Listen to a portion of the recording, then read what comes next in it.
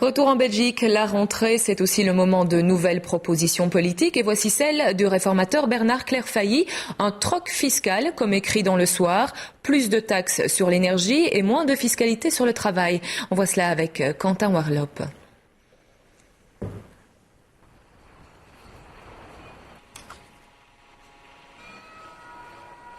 Le prix de l'essence n'est pas donné, pourrait bien vous coûter encore plus cher. En cause, la proposition de Bernard Clairfailly dans Le Soir de ce matin. Je propose de faire un glissement de la fiscalité, moins de fiscalité sur le travail et plus de fiscalité sur l'énergie. L'objectif, c'est d'augmenter le pouvoir d'achat des ménages, d'augmenter la compétitivité des entreprises, parce qu'on sait que le travail est trop taxé en Belgique. Et deuxièmement, d'augmenter un peu la fiscalité sur l'énergie pour l'aligner sur celle des pays voisins, la France, l'Allemagne, les Pays-Bas et l'Angleterre. Le plan s'étale sur plusieurs années et augmentera progressivement les accises sur le diesel, le mazout et le gaz naturel de chauffage. Une proposition qui ne ravit pas les syndicats. Nous sommes tout à fait favorables sur la baisse des impôts, sur les revenus du travail, sur les bas et les moyens salaires, bien sûr.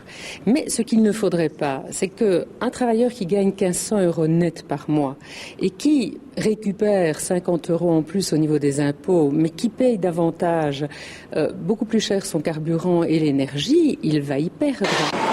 Car si les entreprises y gagneront, c'est surtout le consommateur qui risque de trinquer. Pour compenser la perte de pouvoir d'achat, Bernard Clairfailly prévoit un chèque de 100 € pour les ménages à faible revenu.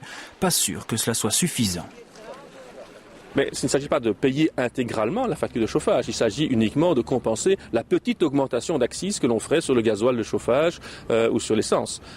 Le plan, selon Bernard Clairfailly, permettrait de créer 60 000 emplois et d'engendrer 1,6 milliard de recettes. Le dossier sera sur la table du Conseil des ministres mardi matin.